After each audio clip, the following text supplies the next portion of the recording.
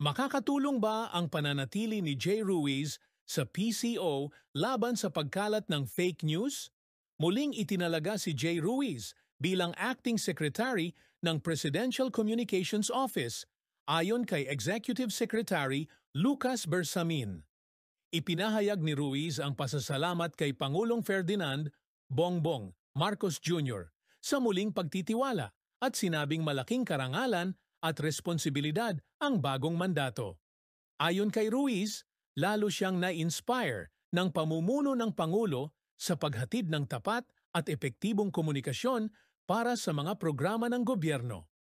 Nagpasalamat din siya sa mga kasamahan sa media na patuloy na sumusuporta sa kanyang pamumuno.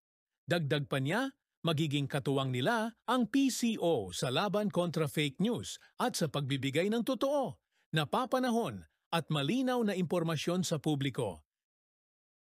Salamat sa panonood. Huwag kalimutang i-like, i-share at mag-follow.